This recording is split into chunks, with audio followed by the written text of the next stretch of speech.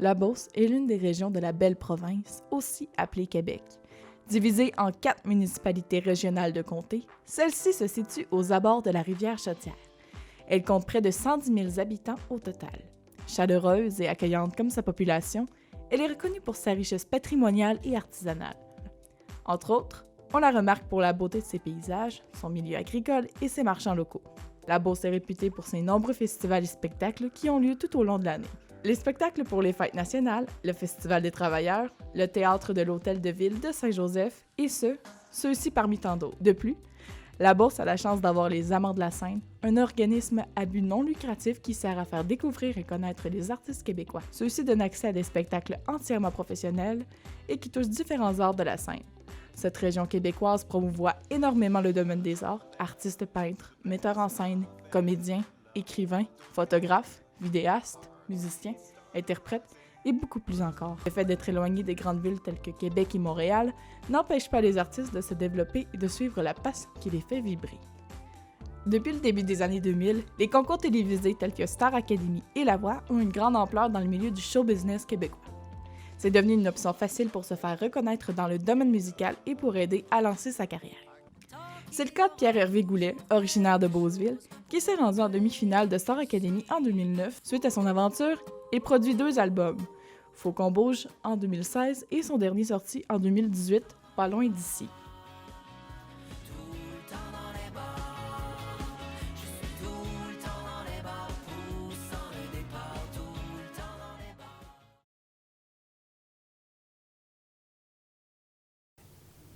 Bien, je pense, le fun. Moi, ouais, c'est un parcours qui évolue graduellement. Fait que je monte vraiment une marche à la fois, littéralement. Ça fait quand même un temps que je suis là-dedans. Fait que, tu sais, finalement, ça devient plus un mode de vie qu'un parcours musical. Ça fait vraiment partie de chacune de mes journées. J'ai commencé à jouer de la guitare à 8 ans. Fait que j'aimais bien ça. Là. Je jouais des affaires du classique. J'ai commencé au classique. Puis après, à 10 ans, j'ai écrit ma première chanson. Là. J'ai appris 2 accords. Je les ai faites tout le long. J'ai fait une chanson sur un petit cheval. Fait que c'était cute quand j'avais 10 ans, mais là, à l'âge que j'ai, je la chante plus. Là. Mais ouais, à 10 ans. Il y avait mon grand-père qui jouait de l'harmonica. Il jouait de l'harmonica au jour de l'an. Fait que, tu sais, c'était plus du style rigodon festif. Là. J'ai tout le temps aimé ça. Mais sinon, j'ai pas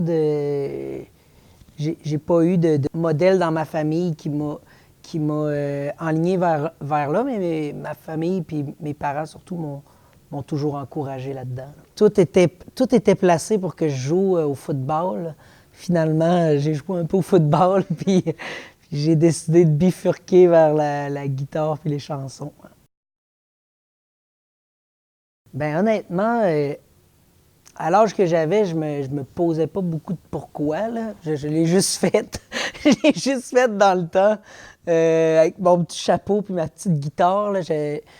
J'avais 17 ans, tu sais, puis j'écrivais des tunes, puis je trouvais que c'était une belle visibilité, mais moi, j'avais décidé de faire mes chansons. Fait que j'avais été là-bas, puis j'avais juste fait mes compos. Puis ça a été une belle expérience, en fait, sur le coup. C'est ce qui a confirmé, en fait, le fait que je voulais faire de la musique de ma vie, tu sais. Puis à partir de ce moment-là, ça a juste été une confirmation. Puis c'est sûr que là, tu arrives avec les caméras, le gros stage, puis après, tu redescends en bas de la butte, puis tu remontes tranquillement, tu sais. Fait que c'est un drôle de parcours, mais ça m'a éduqué, ouais. Ah ouais, j'ai été un farfadet de concours là, pendant genre 10 ans. Tous les concours. Je pense qu'il y en a un ou deux là, que j'ai pas... que je me suis pas essayé au moins. Mais ouais, j'en ai fait... le plus récent que j'ai fait, c'était Petite Vallée l'année passée. Puis j'ai gagné des beaux prix, en fait, là-bas. Fait que je suis bien heureux de ça. Là. Ça me permet de faire mon 3e album, là, avec... j'ai reçu une bourse pour faire ça. Fait que c'était pas mal le dernier concours, mais sérieux, je dois en avoir fait, là... au moins une cinquantaine, là, pas rapport. Là. Sérieux, j'ai fait des concours focales qui ont existé genre pendant 3 jours, puis finalement, ils ont décidé d'arrêter parce que c'était trop broche à foin. Autant que j'ai fait le festival de la chanson de Grimby, tu sais, puis Saint-Ambroise, Petite-Vallée, des concours avec une belle structure. Fait que je pense que j'ai vu tous les côtés de toutes les sortes de médailles là, à ce niveau-là. Oui, j'ai eu la chance d'en gagner pas mal. J'en ai perdu plus que j'en ai gagné. Mais comme récemment, là, à Petite-Vallée, ben, j'ai gagné 6 prix. Fait que ça m'a permis d'avoir un 10 000 pour commencer à faire mon 3e album. Fait qu'il s'est déjà enclenché. J'ai eu une tournée en France, une apparition à Belle et Bomme, des bourses de la SOCAN puis de Sirius. Fait que le dernier concours que j'ai fait, je pense, je me suis dit, bon, je vais arrêter là parce que là, à un moment donné, je ne vais pas être plus content que ça. Puis sinon, ouais, dans le passé aussi, là, j'en ai gagné quelques-uns. Ouais. Hey! Ah ouais, ça, c'est chacun son parcours. Hein. Il n'y a pas de bon ni de mauvais parcours à ce niveau-là. Le mien, il est assez chevelu. Là. J'ai attendu longtemps quand même avant de faire un premier album, puis je gravitais comme dans ce milieu-là depuis un bout, puis je faisais juste mes chansons live, fait que ça existait juste live. Puis à un moment donné, j'ai été habité à Québec, je me suis inscrit à l'Ampli de Québec, j'ai rencontré mon premier gérant là, qui m'a offert tout de suite un contrat de disque. Fait que là, je venais d'arriver à l'université en littérature, fait que j'ai décidé de comme mettre un break à mon bac, puis de signer le contrat, puis de faire un premier album. Puis finalement, je me suis ramassé dans un chalet focal dans le bois, puis après, on a comme été terminer l'album à New York, tu sais, fait que ça avait vraiment pas rapport comme setup, mais ça donnait un premier album. Tu sais, ce qui est le fun avec les albums, c'est que c'est une carte de visite, tu sais, dans ce milieu-là. Fait que, tu sais, aussitôt que t'as pas d'album, c'est comme si t'étais un peu fantomatique, là. Fait qu'au moins, j'avais quelque chose pour proposer au festival, puis ça m'a permis d'enclencher mes affaires. Fait que ça a été une bonne chose. Ouais. En fait, j'ai été... après Star Academy, moi, j'étais ici. Là. Quand j'ai fait Star Academy, j'étais ici en art plastique.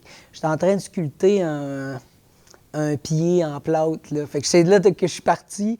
Après ça, je me suis dit, bon, je veux vivre de mon rock. Fait que je suis comme parti pour la vie de rock. Puis après ça, j'ai été à l'école de la chanson de Grimby. C'est une genre d'école comme, tu sais, comme ici, sauf qu'à la place des cours de maths, français, tout ça, ben c'est tout par rapport à musique, interprétation, composition, les paroles, tu sais. Fait que oui, ça m'a permis de me faire un bagage d'outils. Après ça, c'est de filtrer tes outils, mais ça, tu le fais, tu fais ça en cours de route, tu sais. Fait que là, ça me donnait beaucoup d'outils. Je suis parti avec ça. Puis là, après, je me suis dit, bon, qu'est-ce que je pourrais faire? Fait que là, ça m'a comme donné la piqûre des mots, ce qui est une bonne chose. Fait que j'ai décidé de retourner au cégep, genre début vingtaine, là, 20 à 20 ans. 20-21, ouais. Puis là, je me suis inscrit en littérature, théâtre et technologie. Fait que là, on jouait du Racine, puis j'écrivais des affaires, tu sais, pour me rendre compte que j'étais un très mauvais étudiant puis que c'est important de ne pas laisser sa cotère de côté. Je suis arrivé avec une cotère, c'était une catastrophe. J'ai finalement réussi à remonter tout ça puis de me rendre à l'université, toujours avec le background d'écrire les meilleures chansons. Dans une différente compétition, Rémi Chassé, originaire de Sainte-Marie et finaliste de l'édition 2014 de La Voix, il a toujours eu la musique dans l'âme. C'est dans sa jeunesse qu'il commence à expérimenter et jouer de la musique. Pendant 8 ans, au sein du groupe Tailor Made Fable, il parcourt le Québec, les États-Unis et l'Europe. Le groupe a produit 3 albums, mais pour diverses raisons, ils ont fini par se séparer. De son gré, suite à l'élan que lui a donné son apparition à La Voix, il produit en 2015 un premier album, Debout dans l'ombre, dont 3 singles ont atteint le sommet des palmarès québécois. 3 ans plus tard, son second album créé entre Brooklyn et Montréal, Les cris et les fleuves voit le jour.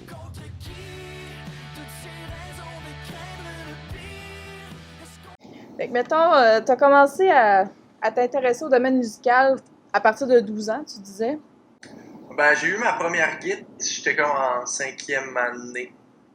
Fait que je sais pas on a quelle heure, là. 10 ans peut-être. OK. Ouais. T'avais-tu de la famille qui était dans le domaine musical ou quelque chose, ou dans le domaine artistique?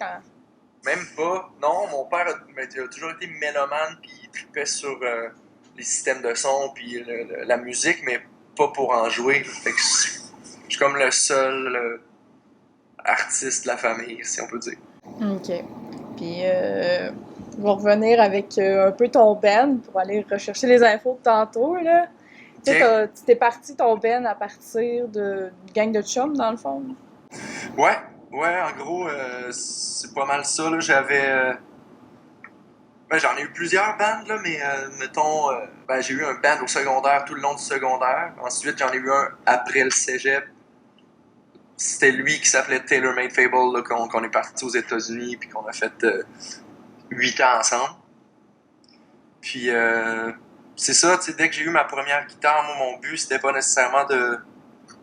À vrai dire, mon désir, c'était pas de devenir un grand guitariste, mais plus de pouvoir m'en servir pour chanter puis écrire des tunes. Parce que je pense qu'à la base, je suis plus chanteur que musicien, comme guitariste, pianiste. Je connais les bases pour écrire des tunes, mais pas nécessairement pour... je peux pas jouer quoi que ce soit sur demande. Okay. C'est vraiment plus pour m'exprimer que pour jouer des covers. OK. Ouais. Sinon, comme tu disais un petit peu, tu sais, t'es allé à la voix en 2014, puis t'hésitais un petit peu à y aller. Ouais. Puis qu'est-ce qui t'a donné le coup de pied pour y aller, là? À vrai dire, c'est mon drummer qui m'a dit t'as rien à perdre, oui, ça va être stressant, mais au pire, on va juste avoir plus de show, tu sais, fait que si tu restes toi-même et que tu chantes des tunes que t'aimes, tu peux vraiment te planter là, si t'arrives à surmonter ton stress, tu sais, parce que c'est quand même stressant. Chaque dimanche devant 3 millions de spectateurs. Oh, ouais. mais en même temps, tu sais, je savais que ça pouvait être un tremplin, puis comme de fait, ça l'a été, tu sais, puis j'ai réussi à avoir une bonne chanson en finale, tu sais, c'est pas tous les candidats qui réussissent à avoir une tune que leur coach a écrite qui j'avais l'impression que j'en avais une vraiment bonne, fait que ça m'a vraiment motivé à écrire après mes propres trucs, puis à en faire une priorité, tu sais. Puis depuis ce temps-là, c'est mon plan A, la musique, puis c'est mon gang-pain, fait que je trouve ça a été une bonne idée de relever le défi puis de passer par-dessus ma peur de la télévision. T'sais. OK. Puis quand t'es revenu de ce show-là, ça t'a donné une go dans ta carrière quand même.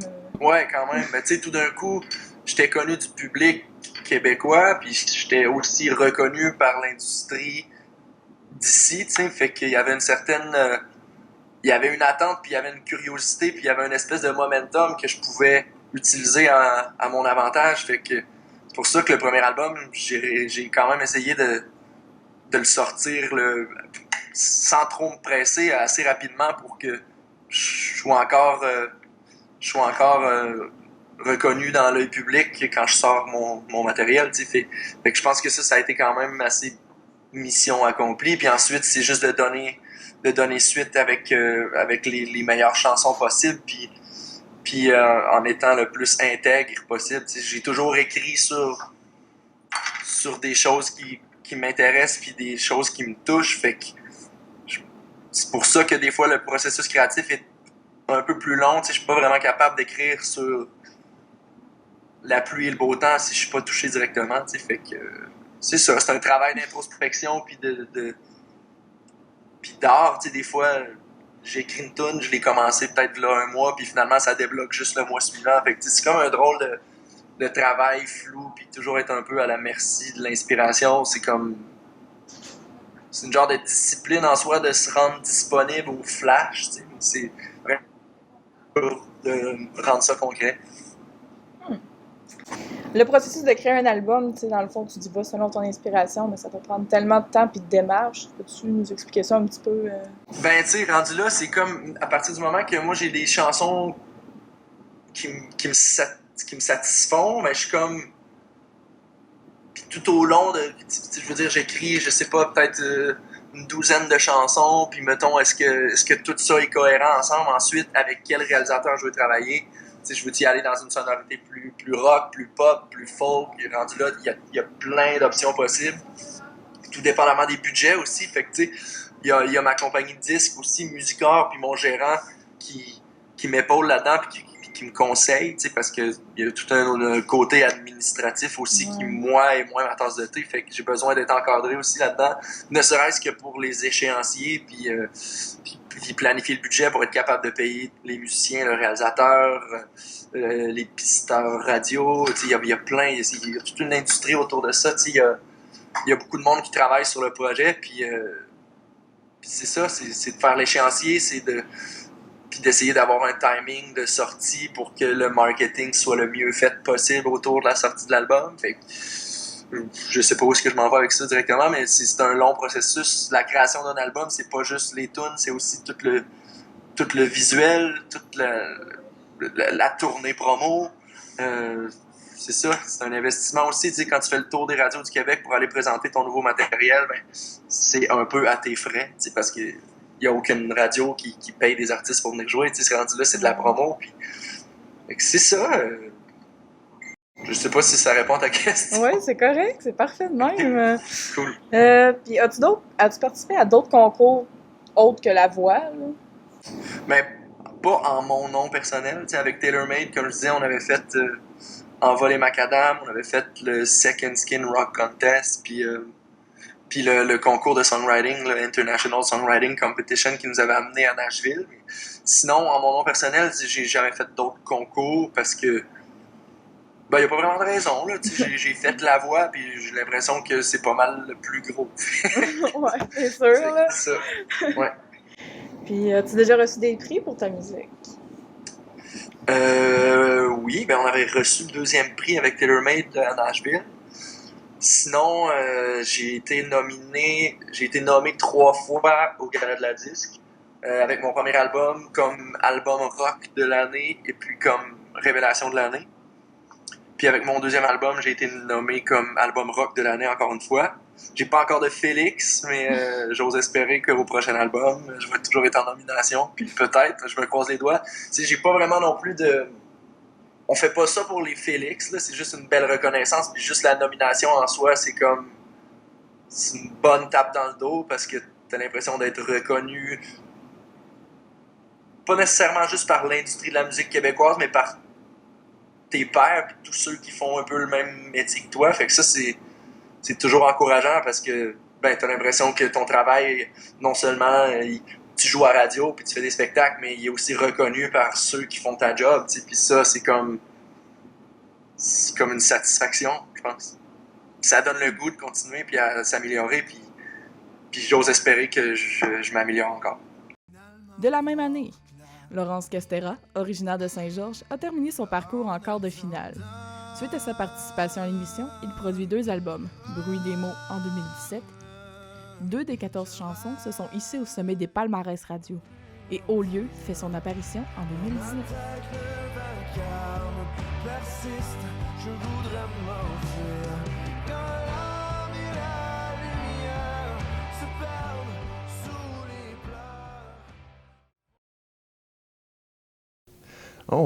Mon parcours du début jusqu'à maintenant, je dirais que c'est une lente ascension. C'est des petites marches tranquillement. Il n'y a pas eu d'explosion, là, puis de méga hit. Puis ça me plaît bien, j'aime ça comme ça. J'ai commencé à vouloir jouer de la musique en fait à 8 ans. J'ai commencé la guitare classique là, à ce moment-là. Mais c'est pas mal, je dirais, au secondaire, secondaire 1. À l'école des Deux-Rives, maintenant, dans mon temps, c'était la Trinité. J'ai eu mon premier band de rock avec mon meilleur ami, on s'est rencontrés là, puis à partir de là, j'ai su que je voulais faire ça tout le temps. Là, à la Trinité puis à la Poly, là, je faisais tous les shows possibles. Là, les Fous du jeudi, je sais pas si ça existe encore, mais on faisait ça. Dans notre temps, il y avait beaucoup de spectacles avec un house band. Là, fait que moi, j'étais dans le house band avec mon ami P.O., qui est prof de musique à Sainte-Justine là, maintenant. Puis, c'est ça, tu l'as écrit, il m'a dit ça cette semaine. Puis, Donc, avec PO, on était, tu sais, on accompagnait même des profs qui voulaient chanter des tunes. Puis, fait que nous, là, on en mangeait, on jouait le plus souvent possible. J'ai manqué beaucoup de cours pour, pour faire de la musique, là. Ben, tu sais, ma mère puis mes sœurs jouent du piano, mais c'est pas, on n'était pas une famille de musiciens vraiment. Je me souviens même pas qu'on écoutait la musique, même quand on était jeune, dans la voiture, là, tu sais, mais pas plus que ça. Puis je pense que quand moi j'ai commencé à en faire plus, on dirait que tout le monde avait un intérêt. Puis, mais j'ai pas de famille musicienne vraiment. Ben, des cousins là, en Suisse qui jouent de la guitare, là, mais pas. J'étais inscrit en musique classique jazz au Cégep de Sainte-Foy avec PO justement, mais j'ai lâché. Après, après un mois et demi de cégep. Ouais. Lui, il a fini son cégep, il a fait son bac, puis il est enseignant maintenant, mais c'est ça. Moi, je me trouvais pas vraiment à ma place. Puis la vie fait bien les choses. Là. Fait qu'en quittant ça, j'ai rencontré d'autres gars qui avaient déjà un band, puis je suis devenu guitariste dans un groupe comme ça, puis ça m'a permis d'apprendre beaucoup. Là. C'est devenu mon boulot à 18 ans à cause de ça. Ben ça, puis ma mère, là, tu sais, c'est toujours une histoire. Ma mère puis ma copine à ce moment-là, là, qui était comme tu devrais faire ça. Puis, fait que je l'ai fait. C'était une bonne question. Ben, après la voix, à court terme, là, disons, l'année suivante, tu sais, c'était un peu la saveur du moment. Fait que là, nous, on faisait beaucoup de shows. On en profitait pour. Puis ça bougeait beaucoup, mais j'étais conscient que ça allait ralentir puis diminuer. Puis ça a pas mal été le cas. Fait que je pense que pour certaines personnes, ça a été assez difficile. Moi, je le vivais très bien parce que je savais que c'était temporaire. J'ai des amis qui l'avaient fait la saison d'avant, fait que j'avais vu un peu le pour et le contre, là, disons. Fait que j'en ai profité pendant l'année du gros buzz. Puis après ça, je savais de toute façon que moi, ce que je voulais faire, c'était écrire des chansons. Puis, retrouver mon essence première, là, disons. Fait que j'ai vraiment pris le temps après ça. J'ai participé en 2014, puis mon premier album est sorti en 2017. Fait que j'ai pris le temps de laisser la poussière retomber. J'ai participé au Festival international de la chanson de Grenby en 2015, donc l'année suivante, qui est un festival où ils reçoivent beaucoup d'artistes. J'ai joué cette année d'ailleurs comme artiste invité, mais il y a un genre de volet concours aussi, mais qui est très différent de la voix. Là, c'est beaucoup plus formateur. Là, 3 semaines, t'habites là-bas, puis il y a plein de gens qui viennent te donner des ateliers d'écriture, des ateliers sur la production de disques. Fait que ça, c'était vraiment, vraiment, vraiment hot, là. Tu croises plein d'artistes connus ou moins connus, mais qui ont beaucoup d'impact là, sur la scène musicale. Moi, je trouvais ça vraiment hot. Disons, pour le dernier album que j'ai sorti en avril, j'ai écrit des chansons, des maquettes. Là, pour celui-là, j'avais décidé de pousser les chansons le moins loin possible, donc de ne pas avoir trop d'idées d'arrangement, là, pour éviter de me limiter, disons. Là. Parce que si je m'attache trop rapidement à une forme ou à des arrangements ou un beat de drum, mais là, si les musiciens embarquent et ont d'autres idées, des fois, ça peut être tendance. Fait que je m'étais dit, je pousse pas trop loin, j'ai mes textes, j'ai mes mélodies, j'ai la chanson guide-voix, mettons, ou piano-voix. Puis on est allé en studio avec les musiciens. Pendant 5 jours, on a travaillé les tunes, puis on a enregistré tout ça live. Donc tout le monde dans la même pièce, c'est comme si on était ici, mettons. Puis on jouait les tunes 3-4 fois, puis on choisissait la meilleure prise. Ensuite, ben, on a ajouté des cordes puis des cuivres, là, fait que trompette, trombone, violoncelle et compagnie. Là. Mais ouais, fait qu'en gros, c'est ça, mais tu sais, c'est long, là. On a commencé, disons, en octobre 2018, puis l'album est sorti en avril, mais on a fini le studio en février, disons. Fait que tu sais, c'est 3-4 mois. Intensif. Ouais. Si j'ai déjà reçu des prix, j'ai eu une plaque de numéro 1 pour une chanson sur mon premier album qui avait été numéro 1 du top 100 à la radio. Donc une chanson qui a joué beaucoup depuis ce temps-là. J'ai moins de tunes qui jouent, mais c'est vraiment correct, ouais. Ces artistes beaucerons ont su prendre leur courage à 2 mains pour tenter leur chance et cela a porté ses fruits. Ils se sont fait reconnaître par un média où des milliers, pour ne pas dire des millions, de téléspectateurs québécois ont pu les remarquer. Ces spectacles télévisés ont donné l'élan à ces artistes pour enclencher leur carrière dans le domaine musical. D'autres artistes de la même branche ont pris un autre chemin pour parvenir au même but. C'est le cas du groupe Noir Silence. En 1993, 5 cégepiens de Saint-Georges ont formé un groupe rock. Le groupe est formé de Jean-François Bernatchez, Jean-François Dubé, Michel Lambert, Samuel Busque et Martin Roby.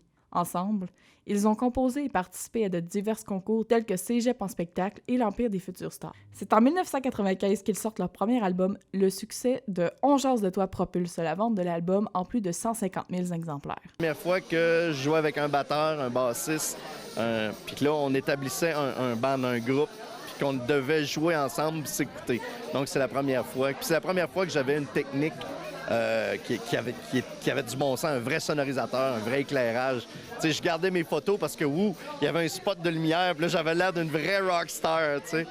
Et en fait, j'ai commencé mercredi étudiant, j'ai joué dans les bars aussi, puis à un moment donné, dans les mercredis étudiants, j'ai commencé à placer des compositions. Et c'est là que j'ai goûté vraiment de dire, bon, maintenant, je partage ce que j'écris, puis j'ai une réponse directe du public. Est-ce qu'il aime ça? Est-ce qu'il aime pas ça? Donc, c'était un bon tremplin à tous les niveaux pour ma carrière, là. Regardons ce qui est devenu le petit gars d'à côté. C'est à croire ses parents l'ont mal élevé. Bien que la Beauce ait plusieurs artistes dans le domaine musical, on la reconnaît pour sa diversité artistique et ses artisans. On retrouve la photographie et la vidéographie, l'écriture, la peinture, le théâtre et beaucoup plus encore. Cette région regorge d'artistes en tout genre. Parmi les centaines de photographes et vidéastes professionnels et amateurs que l'on retrouve en Beauce, Quantum Images, entreprise de Saint-Georges, a su attirer notre attention avec ses montages vidéo, ses photos et ses dessins professionnels. Ouais, parcours un peu bizarre. J'ai été au cégep en sciences nat. Puis au bout d'une session, je me suis rendu compte que c'était pas pour moi. J'ai été après ça en informatique, parce que je voulais faire du coding pour des jeux. Puis finalement, j'ai pas vraiment aimé ça. Puis finalement, au bout de 3 ans de cégep, à juste faire le tour de tous les programmes, j'ai quitté pour me lancer en affaires en vidéo, parce que c'est ça que j'aimais le plus faire. Même pas, non. Mes parents sont pas full artistiques. Dans mes amis, tu sais, j'ai toujours trippé faire de la photo, oui, mais il n'y a pas personne vraiment qui m'a installé vers là. C'est juste que, genre, je faisais des vidéos de skate puis de snow avec mes cousins quand j'étais plus jeune. Puis j'ai une première caméra, d'ailleurs, elle est cachée en haut, une caméra VHS, tu sais. J'ai toujours eu ce penchant-là, je pense, depuis que j'étais quand même assez jeune, là. Non, j'ai jamais été attiré par ça. Je sais pas pourquoi. On dirait que souvent, les concours, c'est beaucoup trop préparation, surtout sur Internet. Il y a beaucoup de concours de « je vais se passer, gagne $1 million d'équipement », puis c'est comme « faire un court-métrage dans 2 semaines », puis tu sais, non, j'ai jamais été attiré par les concours, nécessairement. Oui, je dirais dans chaque type de médium que j'utilise, j'ai des projets que j'aime plus que d'autres. Je pense que des projets que c'est des défis. Il y en a un, par exemple, que sur le coup, c'était un des pires projets à vie, mais finalement, c'est celui qui garde le plus beau souvenir, puis un de mes plus gros. C'est un challenge sportif de l'entreprise Pomerleau qu'on a fait au Saguenay. Ça a été 3 jours dans la pluie, à pas dormir, à 4 degrés Celsius, à se geler. Ça a été un cauchemar, mais c'est une de mes vidéos préférées que j'ai faites à date, là. Oh, cette question-là, c'est encore très difficile. Moi, je viens pas de la Beauce, je viens des cantons de l'Est, mais j'ai grandi à Québec. Ça fait 4 ans que je suis à Saint-Georges. J'ai déménagé ici, pas pour le travail, c'est juste parce que j'étais tombé en amour avec la ville. Je dirais que c'est un marché qui est quand même assez fermé. Mais une fois que tu mets le pied dans la porte, les gens sont super chaleureux et accueillants, puis ça va quand même bien. Mais c'est quand même un mur à traverser. Puis quelqu'un qui n'est pas habitué en affaires, le marché Beauceron est assez compliqué. Si on compare maintenant au marché de Québec, il est beaucoup plus ouvert, il y a une plus grande concurrence, mais les gens sont, surtout dans le milieu artistique, les gens ont une meilleure ouverture d'esprit, surtout pour la vidéo. Je regarde même les sites web, tout le monde a un site web. Ici, il y a beaucoup d'entreprises en bourse qui n'en ont pas encore. La vidéo, le monde à Québec, même à Montréal, ça investit là-dedans. La photo, ça investit, mais ici, on est encore dans un milieu qui est assez conservateur à ce niveau-là. Donc, c'est souvent un peu plus difficile, surtout en affaires. Dans les particuliers, c'est pas pareil. Je veux dire, je connais beaucoup de photographes qui gagnent beaucoup bien leur vie dans les mariages, dans les photos de maternité et tout ça, mais en affaires, oui, c'est un peu plus compliqué, là. Ouais, quand même. Ouais, ben, tu sais, comme le dessin, c'est plus du concept art là, dans Photoshop. Je suis un gros fan de jeux vidéo. C'est-à-dire, je game, j'ai même mon volant de char en arrière de vous autres. Tu sais, ce côté-là est assez intense, mais j'ai toujours trippé sur tout ce qui est sci-fi, fantastique.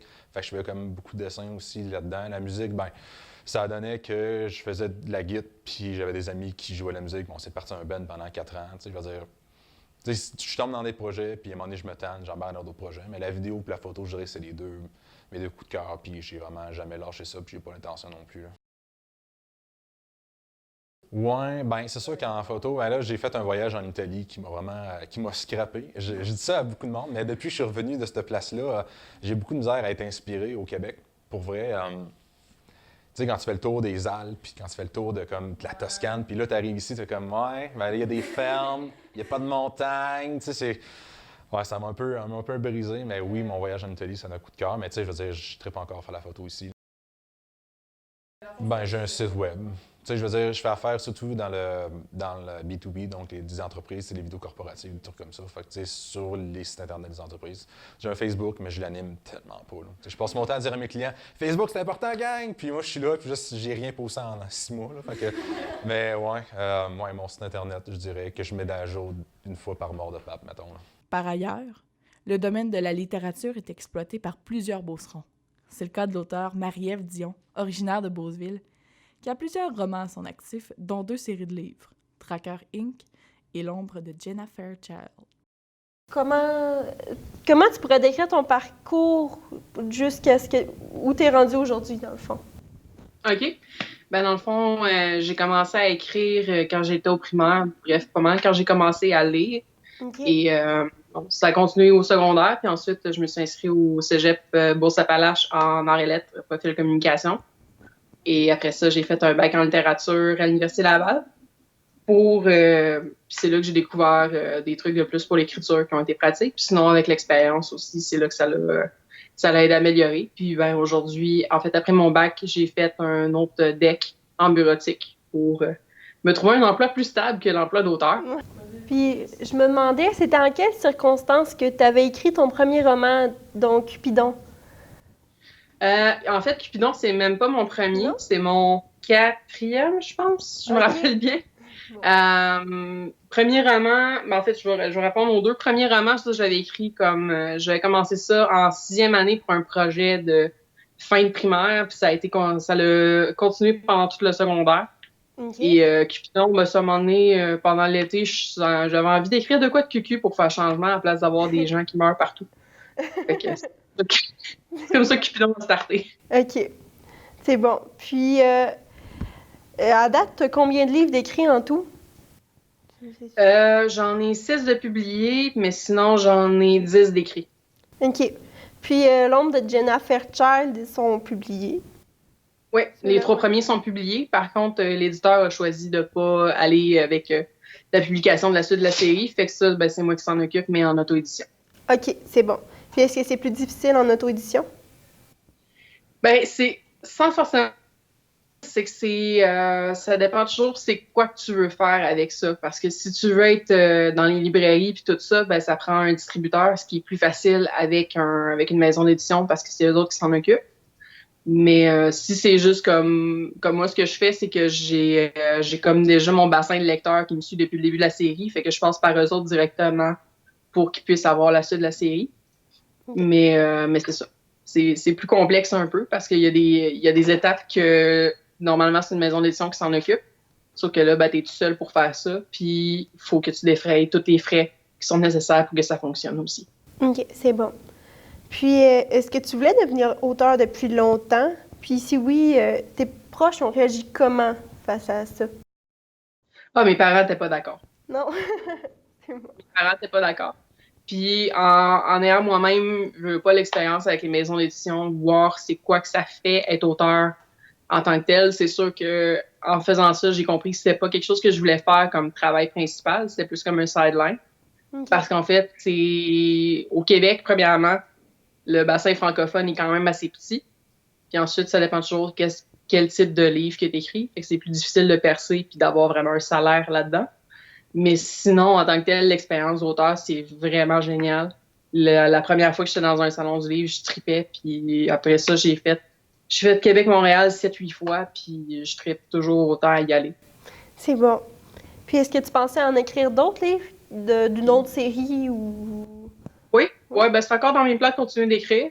C'est sûr que de ce temps-ci, je travaille plus, exemple, sur des games de Donjons et Dragons, que c'est le même principe que l'écriture de mon côté, parce que je crée un univers, puis j'envoie mes joueurs dedans. Puis là, c'est vraiment comme plus interactif que l'écriture tout seul chez nous. C'est sûr que je travaille beaucoup plus là-dedans, mais sinon, j'ai encore des idées pour d'autres romans. Dans le même milieu artistique, Alain Lessard, originaire de Saint-Georges, auteur, producteur, metteur en scène et conférencier, se fait reconnaître en Beauce pour ses divers projets. Je dirais que j'ai commencé à écrire avant même de savoir former des lettres. C'était déjà en moi le goût de la lecture, le goût de l'imaginaire.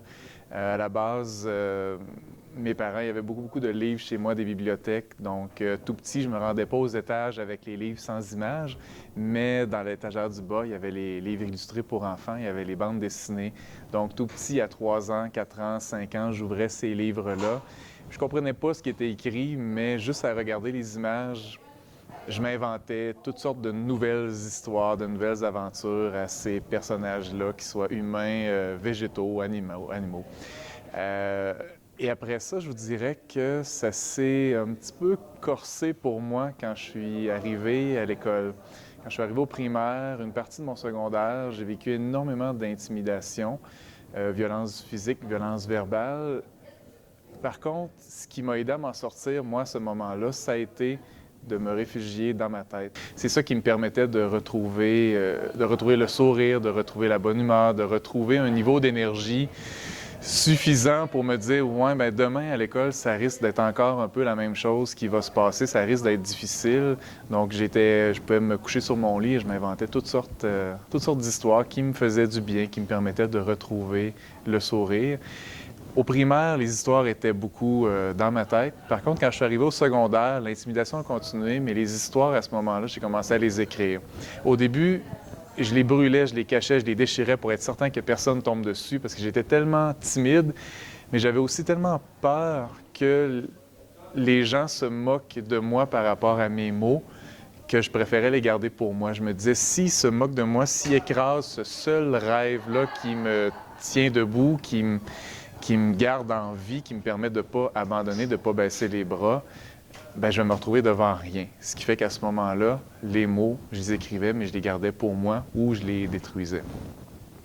Et ça a été plus vers la fin du secondaire où il y a une enseignante, mon enseignante de français à ce moment-là, Solange Veilleux, qui, lors d'un travail qu'on avait à faire, un travail long sur un livre obligatoire, bien, elle m'a dit par la suite, elle m'a gardé après le cours pour me dire que il y avait quelque chose de particulier dans mon écriture. Il y avait une fluidité, il y avait une richesse, il y avait un imaginaire qui débordait. Et là, elle m'a dit, ben, je ne sais pas dans quoi tu veux t'en aller plus tard, mais tu devrais garder l'écriture près de toi. Et elle ne savait pas à ce moment-là à quel point c'était important les mots qu'elle me disait, parce qu'elle était la toute première à me dire que j'avais peut-être du talent dans quelque chose qui était si important à mes yeux. Et j'ai gardé cette énergie-là, cette petite étincelle-là qu'elle m'a donnée, je l'ai gardée pendant plusieurs années. J'ai fait mon cégep ici, au cégep Beauce-Appalaches, en comportement humain, en sciences humaines, pour ensuite m'en aller à l'Université Laval en psychologie. Et quand j'étais pendant mon bac, c'est à ce moment-là que les premières idées, les premiers flashs d'un premier roman me sont venus. Et là, j'avais pas beaucoup de temps parce qu'on avait beaucoup de travaux longs, d'examens, tout ça, d'études. Mais à chaque fois que j'avais des idées, je les écrivais dans mon petit document Word, je les sauvegardais et je me suis fait une promesse. Je me suis dit, si je réussis à obtenir, à décrocher mon diplôme, je vais prendre tout l'été pour essayer d'écrire mon premier roman. Et si ça fonctionne, bien tant mieux. Et si ça ne fonctionne pas, bien à l'automne, je me trouverai un emploi dans mon domaine, mais je serai allé au bout de moi-même, je serai allé au bout des choses une fois dans ma vie. Et à l'automne, heureusement, quand j'ai imprimé mon document en page 8,5 par 11, 220 pages qui sont imprimées, j'envoie ça à un éditeur sans trop savoir comment ça fonctionne. Mais j'ai eu la chance d'avoir un oui dès le départ. Et c'est là que la roue a commencé à tourner pour moi. Donc, premier roman, deuxième roman, des pièces de théâtre, tout ça. Jusqu'à aujourd'hui où là, j'ai diversifié un petit peu ce que je fais. Donc, oui, j'ai mes romans, j'ai mes spectacles. J'ai écrit des textes de chansons, j'ai fait toutes sortes de choses dans le domaine des arts. J'ai des contrats aussi qui viennent de l'extérieur. Donc, j'ai maintenant la chance, depuis quelques années, le bonheur de pouvoir vivre à temps plein de mes mots, de ma plume. Étrangement, dans ma famille, quand j'étais tout petit, il n'y avait personne qui était dans le domaine artistique, domaine entrepreneurial beaucoup, mais pas artistique. Par contre, mon père lisait énormément, lit encore beaucoup aujourd'hui. Ma mère lisait peut-être un petit peu moins, mais c'était elle qui nous racontait les histoires le soir avant qu'on s'endorme à ma sœur et à moi. Et mes parents, à la base, ben, ils m'ont initié, ils m'ont toujours encouragé dans la lecture parce que moi, je vais sortir une anecdote comme ça, mais quand on allait faire l'épicerie, c'était pas d'avoir des bonbons de chocolat qui m'intéressait si j'étais sage, si je faisais pas le bacon par terre. Moi, c'était d'avoir un livre. Donc, quand j'allais faire l'épicerie après ça, mes parents me disaient « Si t'es sage, t'es tranquille, on va aller dans la librairie juste à côté, tu vas pouvoir choisir le livre que tu veux. » Donc, mes parents, à la base, ils m'encouragent encore toujours aujourd'hui. Ils ont toujours été là derrière moi. Sinon, il y a mon enseignant de secondaire 5, bien sûr, de français, qui a été la toute première à me dire que j'avais peut-être du potentiel dans ce domaine-là. Sinon, j'ai un ami aussi, André, il m'avait aidé à faire un travail avec des mots que je comprenais pas du tout. Puis il m'a donné cet amour-là encore plus d'enrichir mon vocabulaire. Donc, ça a été quelqu'un aussi d'important. Donc, j'ai un regroupement d'éditeurs, de gens dans le domaine de l'édition qui sont très importants pour moi. Et bien sûr, mon amoureuse, c'est Andréane, qui est une auteure elle aussi, donc qui m'influence, qui m'encourage dans cette direction-là. On s'inter-encourage, si on veut, dans l'écriture, dans nos projets. Et j'ai aussi tous les gens qui collaborent avec moi dans tous les projets. Donc, c'est autant dans le spectacle que, oui, dans mes romans, à tous les niveaux, de la révision linguistique jusqu'à l'impression. C'est tous des gens qui sont hyper important pour moi, qui m'influence. Et bien sûr, il y a mes lecteurs qui sont là, qui sont toujours là à me lire, qui me donnent des commentaires. Donc, c'est une boule d'énergie que je reçois à tous les jours, à toutes les semaines pour... J'ai une vingtaine de livres d'écrits à ce jour. Pour les regrouper, je vous dirais que mes 4 premiers sont davantage pour adolescents, adultes. Des histoires un peu plus sombres, un petit peu plus tordues pour certains. Donc, mes premiers sont dans cette tranche-là. Sinon, par la suite, j'ai beaucoup de livres pour enfants, des livres illustrés, que ce soit première lecture, 4 à 7 ans. J'en ai aussi pour lecteurs jeunesse intermédiaire, 8 à 10 ans. Donc, j'en ai une panoplie là-dedans, des livres que j'ai écrits en lien avec mon univers de Saint-Par-là-Bas, en lien avec mes spectacles du Nord, Océane. Ça découle, tout découle de ça. Sinon, j'ai aussi 5 livres de Noël que vous connaissez peut-être, le Woodouly Park à Scott. Donc, c'est le genre de contrat aussi que je peux recevoir, de co-scénariser le village de Noël de Frima, mais aussi j'ai reçu le contrat d'écrire 5 petits livres de Noël pour eux. Ce qui fait qu'au total, j'ai une vingtaine de livres et quelques pièces de théâtre aussi. J'ai toujours un infini de projets en tête. Je pense que je n'en aurai pas assez d'une vie. J'espère que je vais en avoir d'autres vies pour pouvoir tous les concrétiser, ces projets-là. Mais oui, bien sûr, j'ai 2 petits livres jeunesse qui s'en viennent, qui vont sortir dans une semaine environ, qui vont apparaître dans les librairies. Au-delà de tout ça, j'ai évidemment les spectacles du Nord Océane qu'on roule depuis 5 ans, mais on souhaite en ajouter un 3e, un 4e. On aime beaucoup cette énergie-là, rencontrer les enfants du primaire. Donc, c'est quelque chose qu'on veut pousser encore plus loin.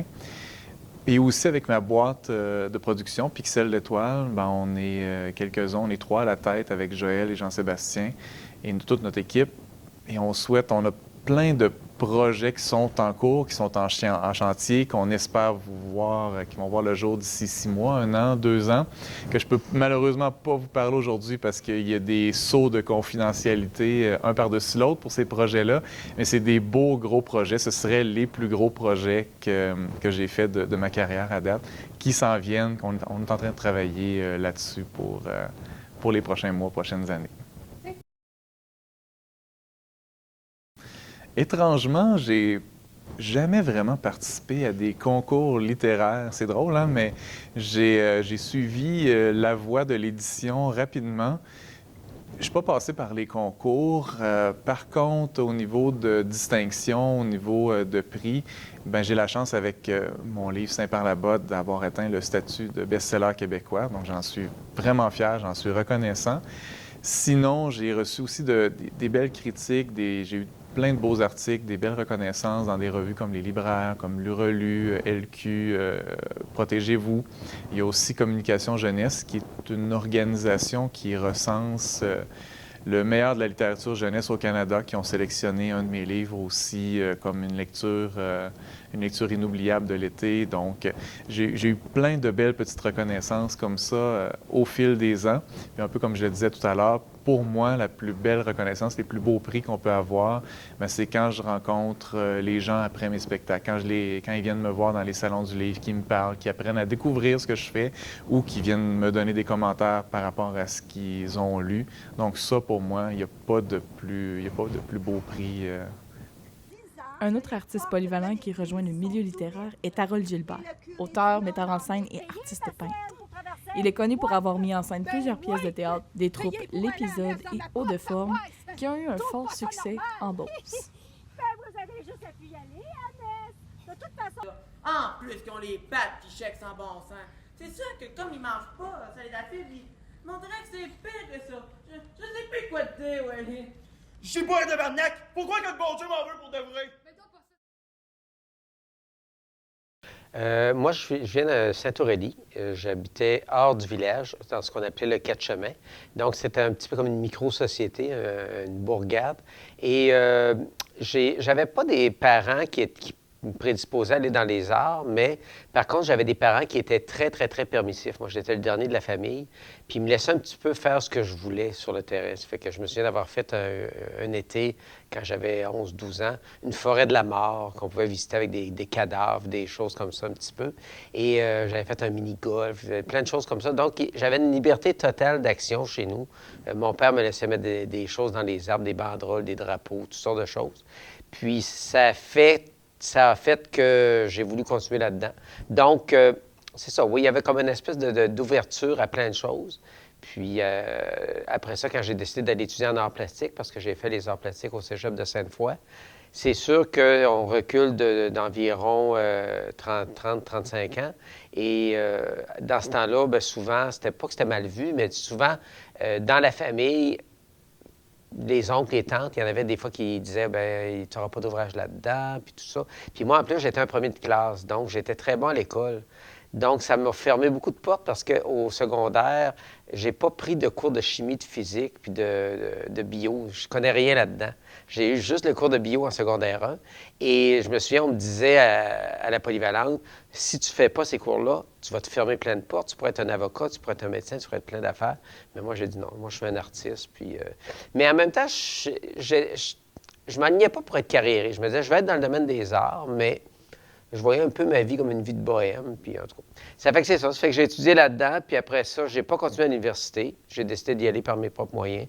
Donc, j'ai rencontré des artistes à Québec dans ce temps-là, puis j'ai commencé à faire des expositions dans des galeries, parce qu'au début, moi, c'était l'art visuel. Le théâtre est arrivé vraiment par après. Quand je peins, ma plus grande source d'inspiration, j'en ai plusieurs, mais moi, je dirais, souvent, c'est d'autres images qui me motivent à créer. C'est pas que je copie ces images-là, mais un exemple, moi, je me souviens, quand j'étais jeune, quand j'étais très petit, à Saint-Prosper, il y avait un casse-croûte qui s'appelait La Molle. Casse-croûte La Molle, parce que bon, c'était les premiers qui ont servi de la crème glacée molle. Puis je me souviens, puis on remonte là, dans les fins des années 60, j'ai peut-être 4 ans, et on voyait sur la route, en allant vers le snack bar, il y avait des petites pancartes avec, mettons, un hot dog, une autre avec une frite, une autre avec une crème glacée. Et cette année, j'ai fait une exposition à Notre-Dame-des-Pins, etc. Et j'ai reproduit ça. Pas reproduit comme il était dans le temps, mais j'ai dessiné un petit peu, je me suis laissé aller là-dedans avec mon style. Moi, je peins beaucoup avec les doigts. Et j'ai recréé ça ça nous amenait à une espèce de personnage découpé que j'ai appelé Ketchup Moutarde, qui est un petit peu farfelu, plein de couleurs. Donc, je puise dans des affaires qui me plaisent comme ça, comme j'aime beaucoup le design des voitures. Je ne suis pas un gars de char, comme on pourrait dire, mais j'adore le design automobile. Ça m'inspire énormément. Aussi, tout ce qui est super-héros américain, il y a quelque chose là-dedans qui me rejoint. Donc, j'essaie de faire des choses quand même, je dirais, j'aime pas le mot, là, mais ludiques, des choses amusantes, des choses qui questionnent, mais pas nécessairement qui questionnent en étant très, très, très violentes. J'ai fait, par contre, il y a plusieurs années, dans mes premières années, j'ai fait des peintures, je me souviens des tableaux qui étaient assez violents, merci, avec des thèmes, des meurtres, des choses comme ça, tout ça. Puis, en tout cas, mais à un moment donné, je passe à d'autres choses. Eh, mon Dieu, tu me l'apprends! Moi, j'ai eu une bourse d'études du Conseil des arts d'Ontario, une bourse d'écriture pour écrire une pièce. C'est ça. C'est ce que j'ai eu. J'ai eu une couple de mentions pour des choses, mais j'ai pas gagné de premier prix. J'ai exposé beaucoup. Là, des expositions, je les compte même plus, là, mais j'ai exposé, j'ai eu quelques petites œuvres du côté américain dans le Maine. J'ai exposé à Ottawa, Québec. Puis en Beauce, ça tourne à peu près autour de ça, les expositions. Mais en Beauce, j'en ai fait quand même pas mal beaucoup. J'ai fait bien des places. Moi, c'est drôle comment c'est arrivé dans ma vie, le théâtre. J'étais à Ottawa, puis j'étais dans le domaine des arts visuels. Puis c'est sûr que quand tu es là-dedans, il faut que tu travailles à quelque part. Je veux dire, ceux qui vivent de leur art, il n'y en a pas beaucoup. Puis c'est difficile. Donc, moi, c'était pas un problème pour moi de dire, il faut que je travaille, j'ai une job, puis je crée en même temps. Donc, j'ai tout le temps trouvé un bel équilibre là-dedans. Puis, j'étais dans le domaine parascolaire. Je travaillais dans les écoles primaires et secondaires à Ottawa, à contrat, au niveau de toutes sortes de choses. Puis, à un moment donné, c'est une amie qui m'a dit, elle trouvait que je dirigeais bien, je ne sais pas qu'est-ce qu'on avait fait avec les élèves, puis elle a dit, mais ça, tu serais bon, toi, un metteur en scène de théâtre. J'ai dit, ah. Puis c'est drôle parce que parallèlement, depuis que j'étais petit, j'écrivais des histoires, mais pas dans le but de faire du théâtre, pas dans le but de publier. Je suis pas un auteur de romans du tout. Puis, mais j'écrivais tout le temps. Puis c'était les personnages, moi, qui me plaisaient là-dedans. C'était d'écrire des personnages quasiment plus que l'histoire. Ça fait que quand la fille, elle me dit ça, j'ai décidé d'écrire une pièce. Ça fait que j'écris une pièce, je la monte, puis avec des amis comédiens qui ont accepté de faire ça bénévolement. Puis on l'a présenté gratuitement. Tu sais, j'étais tellement au début de ça qu'on ne faisait même pas payer les gens. Puis je me souviens, il y avait des gens qui ne voulaient pas venir parce qu'ils pensaient que c'était une affaire de secte ou quelque chose, une pote. Ça fait qu'ils n'osaient pas trop venir. Mais ça a été la première affaire que j'ai faite. Puis je dirais pas que j'ai eu la piqûre, mais j'ai vu que j'avais, oui, des aptitudes là-dedans. Ça fait que là, après ça, j'ai cofondé une compagnie de théâtre avec 2 autres gars à Ottawa. Qui sont toujours... Il y en a un qui est dans le domaine de la danse moderne, qui est très connu à Rolle-Réaume, qui parcourt le monde. Et l'autre, André Perrier, c'est un gars qui a gardé la compagnie puis qui fait encore du théâtre dans la région de Ottawa puis dans le nord de l'Ontario. Et donc, c'est ça, j'ai fait 2 projets avec eux autres. Après ça, il est arrivé des choses, puis j'ai décidé de faire des projets vraiment tout seul. Vraiment le Beauceron typique. J'écrivais mes pièces, je faisais mes décors. Ma copine, Julie Dominique, elle faisait les costumes. Donc, c'était des projets que je montais vraiment moi-même. J'allais chercher des gens, tout ça. C'était tout le temps un peu sur une base bénévole, c'est sûr, parce que je faisais pas beaucoup de sous avec ça. C'était plus un investissement. Puis après ça, j'ai jamais arrêté. Ça fait que c'est pour dire, j'ai calculé les... Puis je dirais, le théâtre, c'est pas une passion pour moi. C'est un complément à ma passion de l'art visuel. C'est vraiment un complément. Parce que je ne pourrais pas faire uniquement ça, puis j'ai pas le goût de m'en aller à Montréal, puis de compétitionner avec du monde, puis de créer une compagnie de théâtre. J'ai aucun intérêt à faire ça. Donc, j'aime mieux faire des projets comme je fais, par exemple, au Cégep, ou La Sorcière de l'île Poseur à Saint-Georges, donc des projets comme ça. Mais j'ai calculé le nombre de mises en scène que j'ai fait, puis j'approche les 70 mises en scène. Puis au niveau des pièces écrites, j'en ai une trentaine, certains d'écrites. Ça, c'est sûr, je les compte même plus. C'est très différent. Les premières pièces que j'ai écrites, c'était un petit peu plus raide, un petit peu plus, on pourrait dire que ça fait ça dans le dash. Je me souviens d'une pièce, Les Corps Verts, c'est un thanatologue, un embaumeur, qui enlevait des cadavres de femmes parce qu'il abusait d'elles, puis il allait les enterrer dans le bois. Puis il y avait un personnage mythique là-dedans, puis là, son fils qui réalise ça. Puis, en tout cas, il y avait plein d'affaires. Donc, c'était un petit peu, tu sais, j'étais plus jeune. C'était pas le désir de choquer, mais c'était le désir de faire des affaires plus punchées. Puis j'ai eu une phase, à un moment donné, beaucoup de contrats pour des pièces historiques, raconter l'histoire de l'église de Saint-Georges, de Beauceville, Saint-Patrice de Beau-Rivière, je pourrais en nommer plein. Donc ça a été une phase de beaucoup de recherche théâtrale, de beaucoup de recherche historique pour faire des pièces de théâtre, puis d'essayer de faire quelque chose de nouveau à chaque fois, de différent. Ça, j'en fais encore pas mal. Et à la troupe d'épisodes au cégep, j'étais là quand même 13 ans presque de suite. Et là, je me suis laissé aller dans des créations aussi. Puis moi, j'aborde le théâtre un peu comme du grand spectacle. Je cherche pas à faire des pièces qui vont être trop songées, puis chercher à questionner le monde sur ci, sur ça. Moi, c'est du divertissement. Plus divertissement que spectacle. Donc, à un moment donné, j'ai fait Dracula, à partir du roman, j'ai écrit une pièce, j'ai fait Les 10 commandements, j'ai fait Jésus, j'ai fait une pièce qui s'appelait Les offenses, qui se passait dans l'avenir, dans un monde apocalyptique. J'ai fait plein de choses. Donc, j'ai essayé de toucher toutes sortes de choses. Puis la dernière que j'ai écrite, c'est une pièce un peu de zombie, un huis clos avec 2 personnages. Donc, ça, c'est pas encore monté, mais c'est vraiment une pièce d'horreur, vraiment. Donc, j'essaie d'aller dans toutes sortes de choses différentes. Un peu comme je disais l'autre fois, je suis comme un petit studio de cinéma qui fait toutes sortes de choses qui plaisent, puis c'est surtout ça. Non, pas vraiment. C'est sûr, j'ai des contrats, donc c'est un peu ça ma récompense, mais j'ai jamais eu de prix. Mais je suis pas un gars de concours non plus.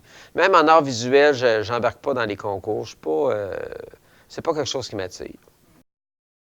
En Beauce, quand on croit en quelque chose, tout est possible. Qu'on soit loin de la ville ou non. La seule chose qui compte, c'est la passion qu'on y met et le temps qu'on est prêt à y consacrer. Que diriez-vous à quelqu'un qui hésite à s'engager dans un domaine artistique par peur de ne pas succéder? Ce que je dirais aux gens qui ont envie de faire de la musique, c'est de le faire, faites-le pour vous, faites-le pour le plaisir. Faut pas penser à l'argent, surtout pas. Puis faut pas faut pas espérer être connu. Je pense que si c'est fait pour les bonnes raisons, après ça, il y a des belles choses qui arrivent, mais quand ça se sent quand c'est pas vrai, puis quand c'est pas fait pour les bonnes raisons. Donc, le faire parce que c'est vraiment une passion, je pense que c'est la base. Faut se faire confiance, puis il y a une grosse partie du guts qui vient juste de... Je pense qu'il faut arrêter de se soucier du regard des autres. Si toi ça te touche vraiment, puis t'as l'impression que t'as quelque chose de nouveau à apporter, puis que ça t'anime, ben je pense qu'à partir d'un moment, c'est juste plus fort que toi. T'sais. Fait écoute ton instinct, puis vas-y, puis tu sais. Il va toujours en avoir qui vont trouver ça bon, puis il va toujours en avoir qui vont trouver ça poche. Rendu là, c'est qui que t'as le goût d'écouter, puis c'est qui que t'as le goût de te faire encourager par. C'est sûr que ça prend quand même une certaine force, parce que il va y avoir du monde qui va dire j'étais mieux quand tu chantes en anglais, puis t'étais bien meilleur à la voix qu'à la radio, puis pourquoi t'as pas choisi Éric Lapointe, tout ça. Faut que tu arrives à t'en foutre, parce que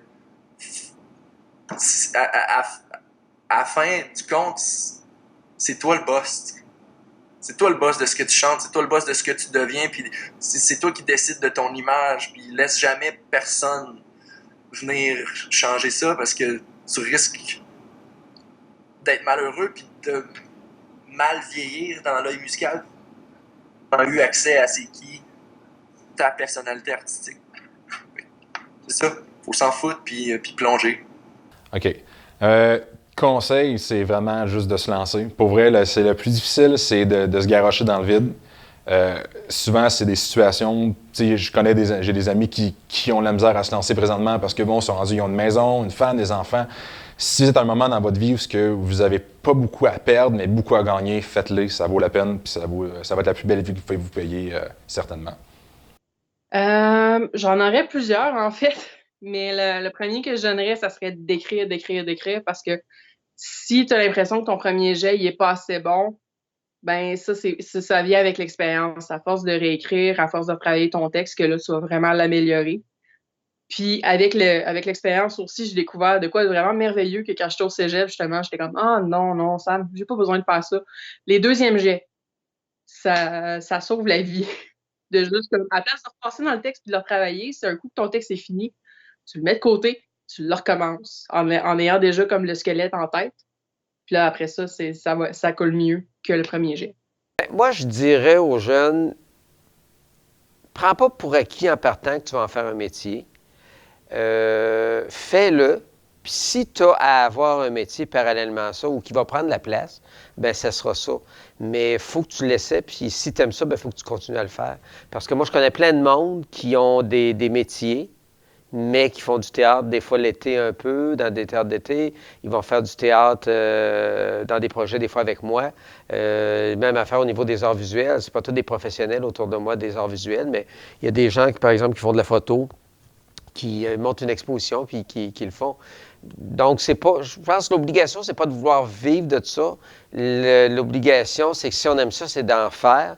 Puis si on est capable d'en faire plus, bien, tant mieux. Puis à un moment donné, si on en fait assez, qu'on n'a plus besoin de l'autre travail, bien, c'est encore mieux si c'est ça qu'on veut. Mais je pense que si on n'en fait pas du tout, en se disant, bien, regarde, je veux pas pousser là-dedans, ça ne donne rien, tôt ou tard, ça va revenir par la bande, puis il va y avoir un regret.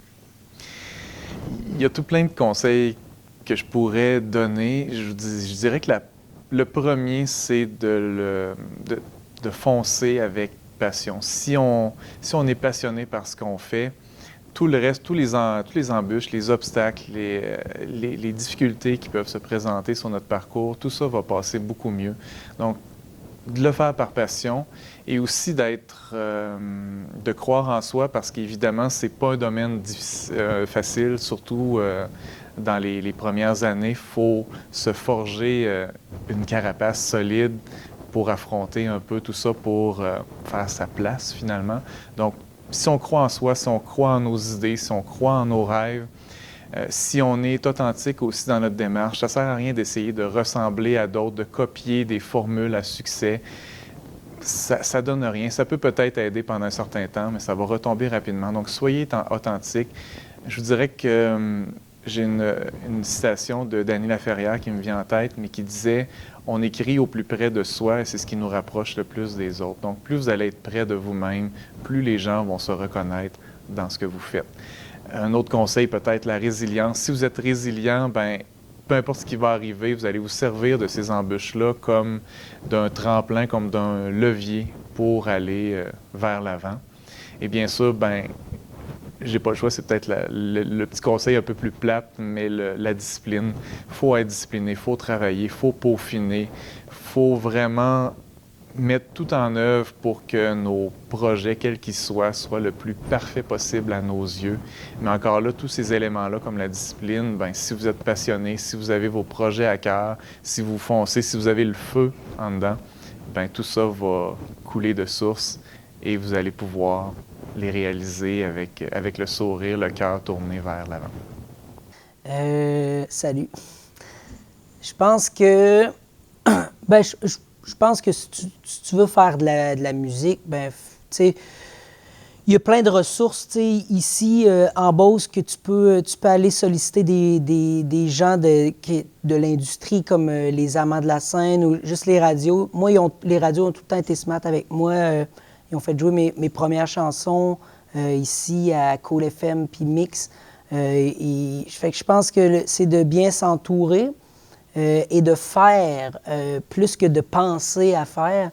Moi, j'ai longtemps attendu, tu sais, fait que ça a pris un peu plus de temps, mais aussitôt que je me suis mis à faire des trucs, ça allait mieux, ça avançait plus vite, fait que de pas trop se poser de questions avec ça, puis de faire des shows, tu sais, surtout quand t'es jeune, t'as encore tous tes amis du secondaire, fait que faire des shows, organiser des shows, proposer tes affaires, aller voir du monde qui travaille dans le milieu des arts, te faire des amis en communication. Et éventuellement, si tu veux, si tu t'en viens au moment où tu dis, bon, ben, faut que je déménage ou je reste ici, dépendamment du style que tu fais, bien là, tu prendras le choix que tu veux. Mais surtout, crois-y, tu sais, puis bonne chance. Je vais être là, tu m'enverras tes trucs sur Internet, je vais les écouter.